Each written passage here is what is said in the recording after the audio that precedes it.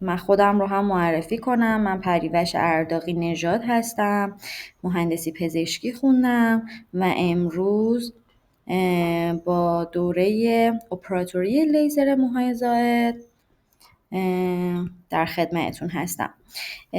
پس مباحثی که قراره در موردش صحبت بشه آناتومی پوست و مو هستش، لایه‌های پوست، چون ما باید لایه‌های پوست رو بشناسیم و بدونیم تو هر لایه قراره چه کاری انجام بشه. بعد در مورد لیزر صحبت میکنیم، اصلا اینکه لیزر چی هست، در واقع فرقش با نور معمولی که داره تابیده میشه چی هستش، چه پارامترهایی داره. شما وقتی سر هر دستگاهی برید، این دستگاه‌ها یه سری پارامتر مشخص دارن، مثل تنظیم فلوئنس که بهش میگیم چگالی، انرژی در واقع مقدار انرژی گرمایی که میتابونیم، پالس دیوریشن مدت زمان تابش پرتو، فرکانسی در واقع تعداد تکرارهایی که باید در واقع اون نور انجام بده، اسپات سایز مساحتی که اون ناحیه لیزر پوشش میده و کولینگ در واقع مقدار خنک کنندگی که اون سطح اون دستگاه برای اون سطح مد نظر ما انجام میده. ما با این پارامترها و نحوه تنظیم کردنشون آشنا میشیم تا بتونیم هر دستگاهی، فارغ از این که در واقع اون دستگاه از چه برندی باشه، چون اصلا ما اینجا در مورد یه برند خاص دستگاه صحبت نمی‌کنیم،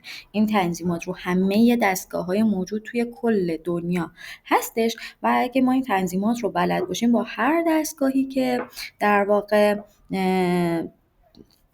باشه میتونیم کار کنیم.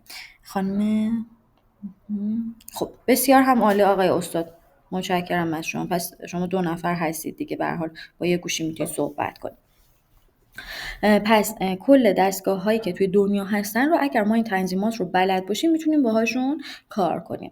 و در آخر هم در مورد ایمنی لیزر صحبت میکنم. ایمنی لیزر یعنی وقتی شما دارید با یه دستگاهی کار میکنید که کلاس خطر داره، یعنی همه سیستم هایی که در واقع توی پزشکی دارن استفاده میشن یا اصلا توی صنعت، اصلا هر چی داره استفاده میشه برای ما یه کلاس خطر داره، یعنی میزان خطری که اون سیستم میتونه برای ما به وجود بیاره چقدر هست. یه سدبندی داره که اگر میزان خطرش پایین باشه در واقع اون دستگاه سیف تره و اگر خب میزان خطر بالایی داشته باشه ما باید یه سری در واقع قوانین رو رعایت کنیم تا کمترین آسیب به خودمون و مراجعه کنندمون وارد بشه. در مورد این صحبت میکنیم که نکات ایمنی که باید رعایت کنیم چه چیزهایی هستش که مفصل توی کلاس ایمنی لیزر راجع به صحبت میشه. من فقط اشاراتی در رابطه با دستگاه‌های لیزر موهای زائد انجام میدم بهتون.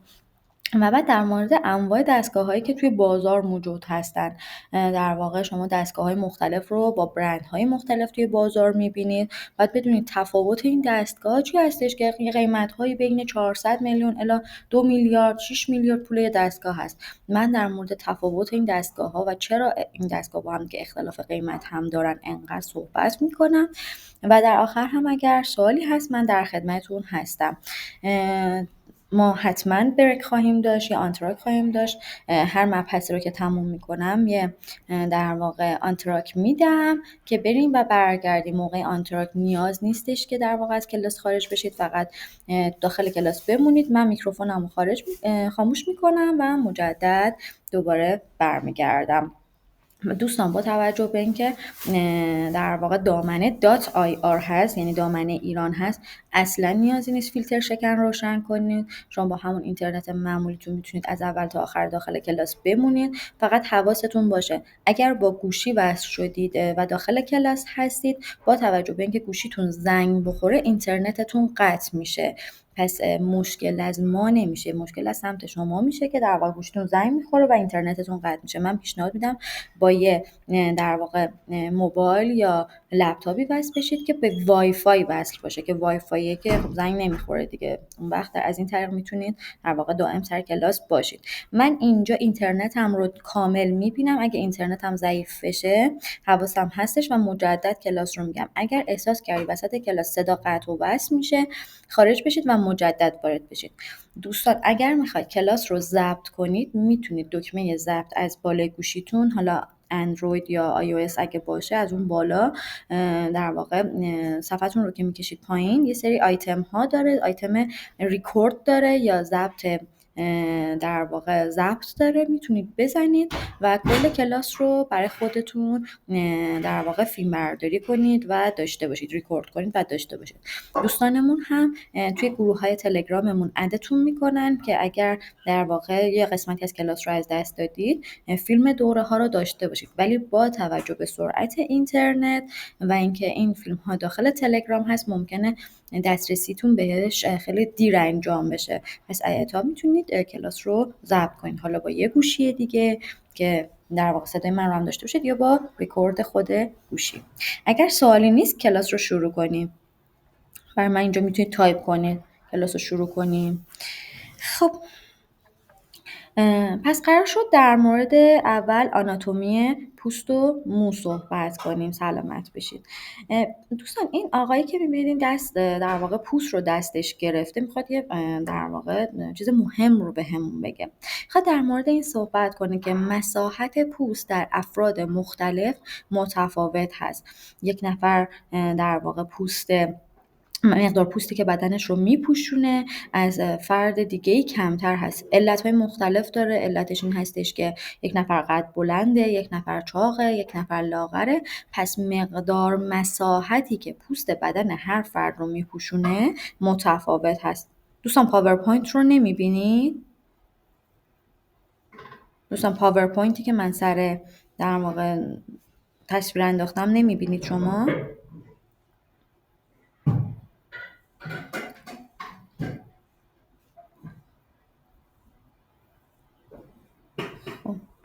خانم جنگجو من فکر میکنم شما صفحه در واقع چتتون بزرگ هستش که اونو نمیبینید. صفحه چتتون رو کوچیک‌تر کنید یا خارج مجدد وارد بشید اگر تصویر رو ندارید. دوستان بقیه همه دارن دیگه.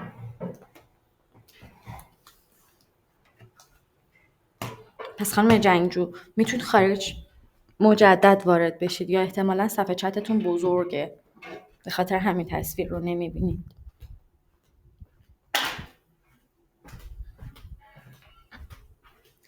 خب پس گفتیم که مقدار مساحتی که پوست بدن هر فرد رو میپوشونه متفاوت هست و بستگی به این داره که در واقع اون فرد چاق باشه، لاغر باشه، قد بلند باشه، قد کوتاه باشه. در این حالت مساحت پوست در افراد مختلف متفاوته. حالا چرا این موضوع برای ما اهمیت داره؟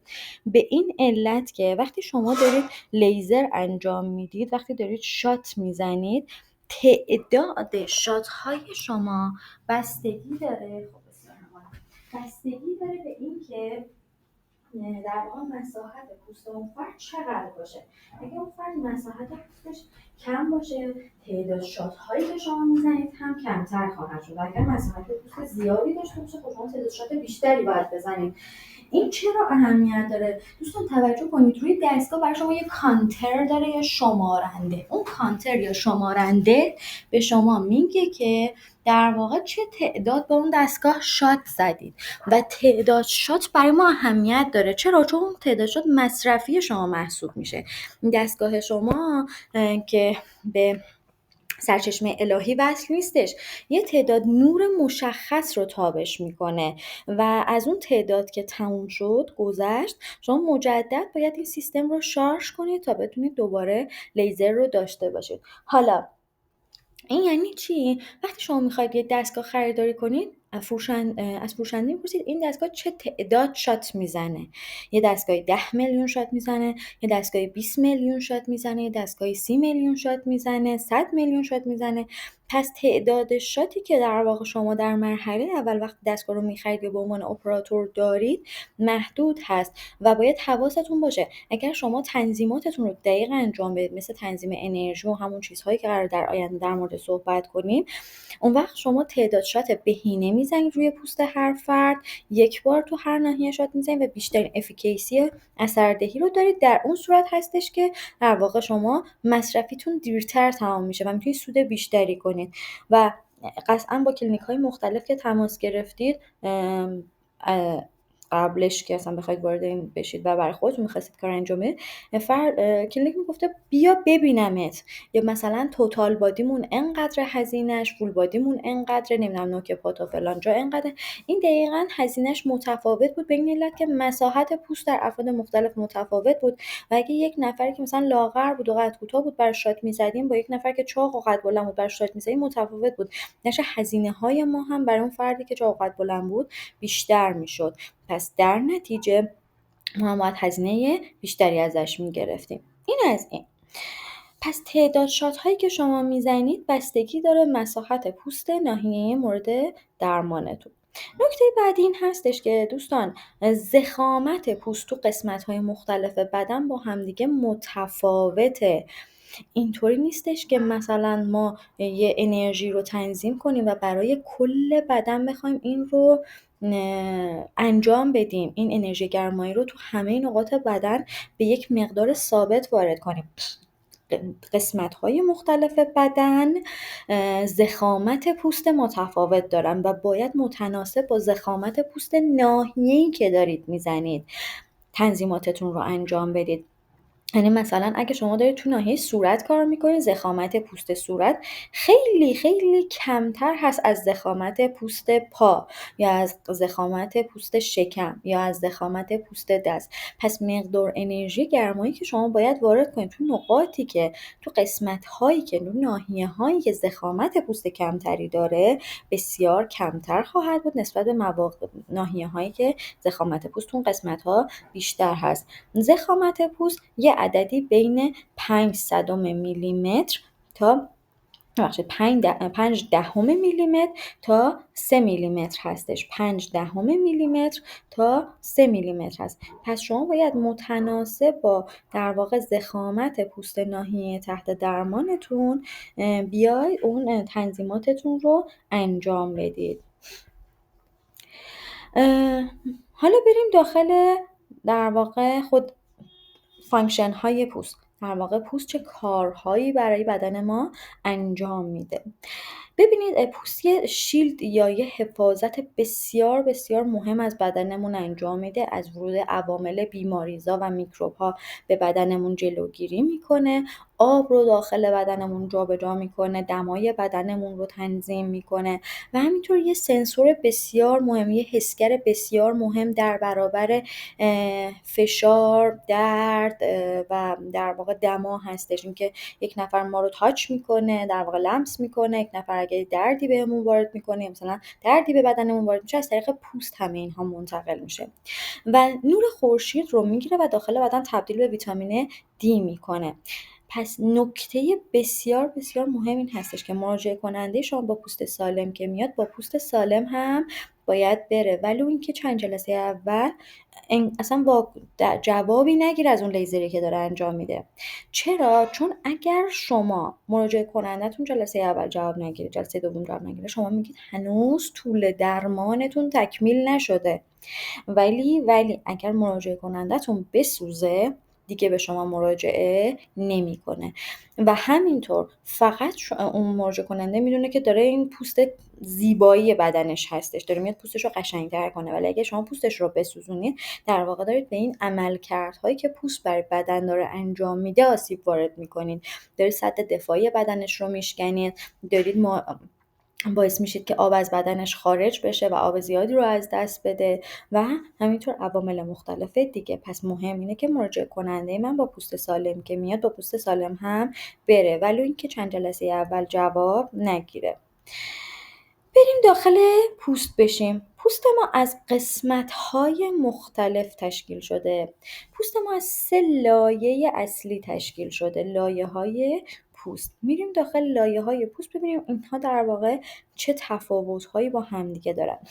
لایه اول پوست رو بهش میگیم اپیدرم یا روی پوست. اپیدرم یا روی پوست. خب این اپیدرم یا روی پوست خودش از 5 تا زیرلایه اصلی تشکیل شده. خب خود اپیدرم یا روی پوست از 5 تا زیرلایه اصلی تشکیل شده و بعد میشه درم یا میانه پوست، درم یا میانه پوست، و سومین لایه هم هایپودرم یا لایه فت یا لایه چربی. خب بریم داخل هر کدوم از این لایه ها ببینیم که این لایه ها چه تفاوت هایی با همدیگه دارن. اپیدرم یا روی پوست من از خودش گفتیم 5 تا زیرلایه اصلی تشکیل شده، از 5 تا زیرلایه اصلی تشکیل شده. عمقی ترین زیرلایه اپیدرم زیرلایه استراتم بازل یا سلول های پایه هستش. این زیرلایه بچه‌ها داره برای ما تولید ملانین میکنه، ملانین یا رنگدانه. پس عمقی ترین لایه اپیدرم من لایه استراتم بازل یا سلول های پایه هستش. تو عمقی ترین لایه اپیدرمم توسط سلول های ملانوسیت داره تولید ملانین یا رنگدونه میشه. این ملانین یا رنگدونه چیه؟ این ملانین یا رنگدونه همون چیزی هستش که در واقع پوست، مو و چشم شما رو تشکیل میده. رنگ پوست، مو و چشم شما رو تشکیل میده. ملانین اگر توی پوست زیاد باشه پوست تیره میشه، اگه توی چشم زیاد باشه چشم تیره میشه، اگه توی مو زیاد باشه مو تیره میشه. پس مقدار ملانین یا رنگدونه توی افراد مختلف متفاوت هست و بر این اساس که مقدار ملانین یا رنگدونه توی پوست و موی افراد مختلف چه سطحی چه مقداری داشته باشه، هر کس پوست و موی در واقع متفاوتی داره. بر همین اساس یه آقایی به اسم آقای فیتزپاتریک،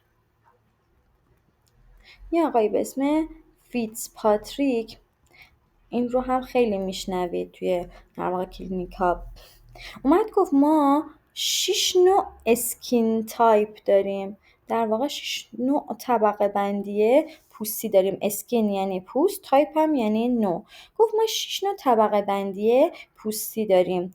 گفت افرادی که بچه به اینا میگیم اعداد رومی. چطور ما توی فارسی می نویسیم 1 2 3 4، توی انگلیسی به این صورت اعداد رو می نویسیم، رومی ها هم به این صورت اعدادشون رو می نویسن. خب چی شد؟ آقای فیتزپاتریک اومد گفتش که با توجه به اینکه مقدار ملانین یا رنگدونه توی پوست و موی افراد مختلف چه مقدار باشه، ما 6 نوع اسکین تایپ پوستی داریم یا 6 نوع طبقه بندی پوستی داریم. اسکین تایپ نوع 1 که با آی بزرگ نمایش میدیم و روی دستگاه هم وقتی شما دستگاه رو روشن میکنید میگه اسکین تایپ تو انتخاب کن، چون بر اساس اسکین تایپ میاد در واقع به شما یه دیفالت یا یه تنظیمات پیش‌فرض میده که هیچ وقت ما با اون تنظیمات پیش‌فرض کار نمی‌کنیم. خب اسکین تایپ نوع 1 یا فیتزپاتریک نوع 1 میگه فردی هست، کسی که اسکین تایپش نوع 1 باشه تو طبقه بندی 1 قرار داشته باشه، فردی هست پوست سفیدی داره، موهای قرمز داره، چشمهای سبزآبی. پوست سفید، موهای قرمز و چشمهای سبز آبی. اسکین تایپ نوع 2 یا در واقع فیتزپاتریک 2 فردی هست، بچه با 2 تا آی بزرگ نمایشش میدیم. فردی هست دوباره پوست سفید داره، موهای گندمی، چشمهای سبز، پوست سفید، موهای بلوند و چشمهای سبز. اسکین تایپ نوع 2 یا فیتزپاتریک 2. فیتزپاتریک 3 یا اسکین تایپ نوع 3 فردی هست بچه با 3 تا آی بزرگ نمایش میدیم. فردی هست با پوست گندمی، موهای قهوه‌ای روشن و چشمهای قهوه‌ای روشن. اکثر ما ایرانی ها جزو این نوع اسکین تایپ هستیم. اسکین تایپ نوع 4 بچه‌ها با یه وی و یه آی پشتش نمایش میدیم. فردی هست با پوست سبز، موهای قهوه‌ای تیره و چشمهای قهوه‌ای تیره. پوست قهوه‌ای تیره، موهای قهوه‌ای تیره و چشمهای قهوه‌ای تیره. مجدد ما ایرانی ها جزو این اسکین تایپ هستیم. اسکین تایپ نوع 5 با یه وی بزرگ نمایشش میدیم. فردی هست با پوست تیره، موهای مشکی و چشمهای مشکی. اسکین تایپ نوع 6 بچه با یه وی و یه آی جلوش نمایش میدیم. اسکین تایپ نوع 6 فردی هست با پوست مشکی، موی مشکی و چشم مشکی. پس هرچی اسکین تایپ به سمت اعداد بالاتر میره، اون پوست و مو تیره تر میشه.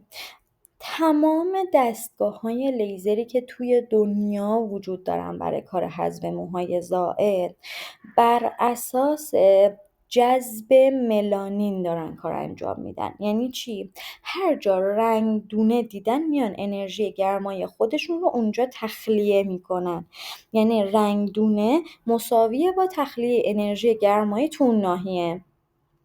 حالا به نظر شما چه فردی با چه رنگ پوست و رنگ مویی بهترین کاندید برای کار حذف موهای زائد هستش؟ یعنی شما این فرد رو ببینید با این پوست و مو، میگید که این فرد چه خوبه، همه در واقع ویژگی ها رو برای کار حذف موهای زائد داره.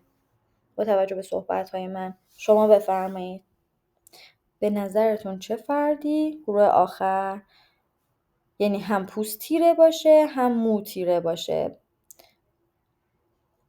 خب دوستان، گروه 5 موی مشکی، پوست سفید، خانم تقی‌زاده. خب خانم تقی‌زاده، من به شما دسترسی صوتی میدم، بفرمایید. پوست سفید و موی تیره، بفرمایید علت انتخابتون برای پوست سفید، موی مشکی، پوست سفید چی بوده؟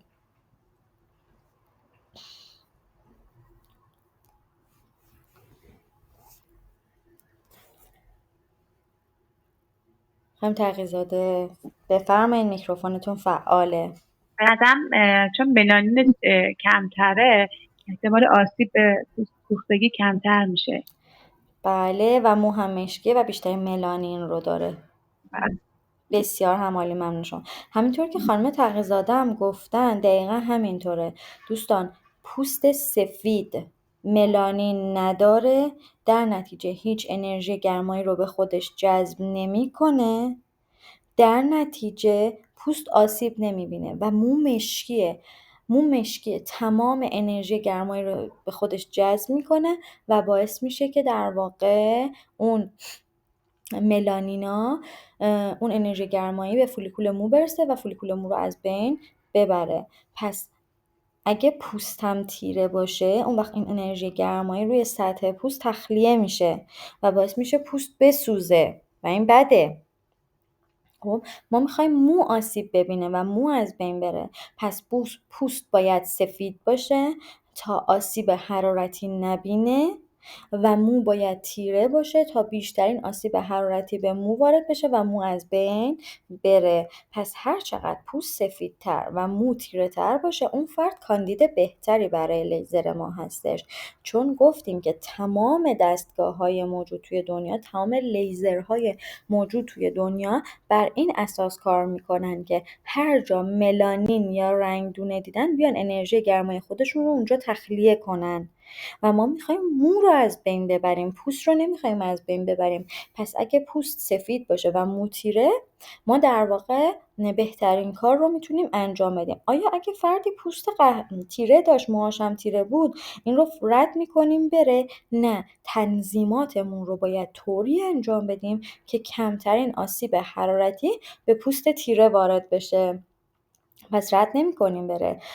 اونجا میفهمیم که این پوست تیره است و در نتیجه این فرد های ریسک محسوب میشه. های ریسک یعنی اینکه در واقع وقتی میخوایم اون کار رو انجام بدیم باید نکات ایمنی بیشتری رو رعایت کنیم. انرژی گرمایی، پالس دیوریشن، فرکانس رو طوری تنظیم کنیم که کمترین آسیب به پوست تیره وارد بشه. چرا؟ چون فرد با پوست سالم اومده، میخواد با پوست سالم هم بره. پوستش زیباست، میخواد زیباترش کنه. حالا به نظر شما برای چه کسی اصلا نمیتونیم لیزر انجام بدیم؟ برای چه فردی با توجه به این صحبت هایی که کردیم، برای چه رنگ پوست یا چه رنگ مویی اصلا نمیتونیم لیزر انجام بدیم؟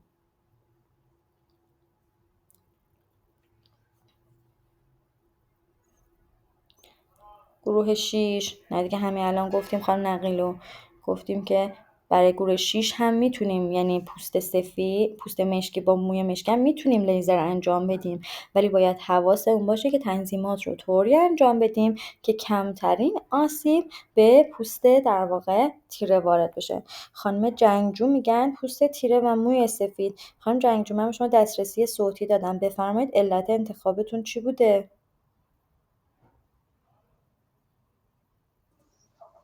سلام مجدد. خب چون پوست تیره است احتمال سوختگی پوست هست دیگه و موی سفید ملانین زیادی نداره و احتمال کارایی کم رو داره. آفرین. حالا پوست تیره رو ما گفتیم که میتونیم براش لیزر انجام بدیم. پوست تیره است ولی ما باید حواسمون باشه که اون پوست تیره است، در نتیجه تنظیمات رو طوری انجام بدم که کمترین آسیب به پوست تیره وارد بشه. ولی اگر پوست چه تیره بود چه سفید بود، برای موی سفید نمیتونیم لیزر انجام بدیم.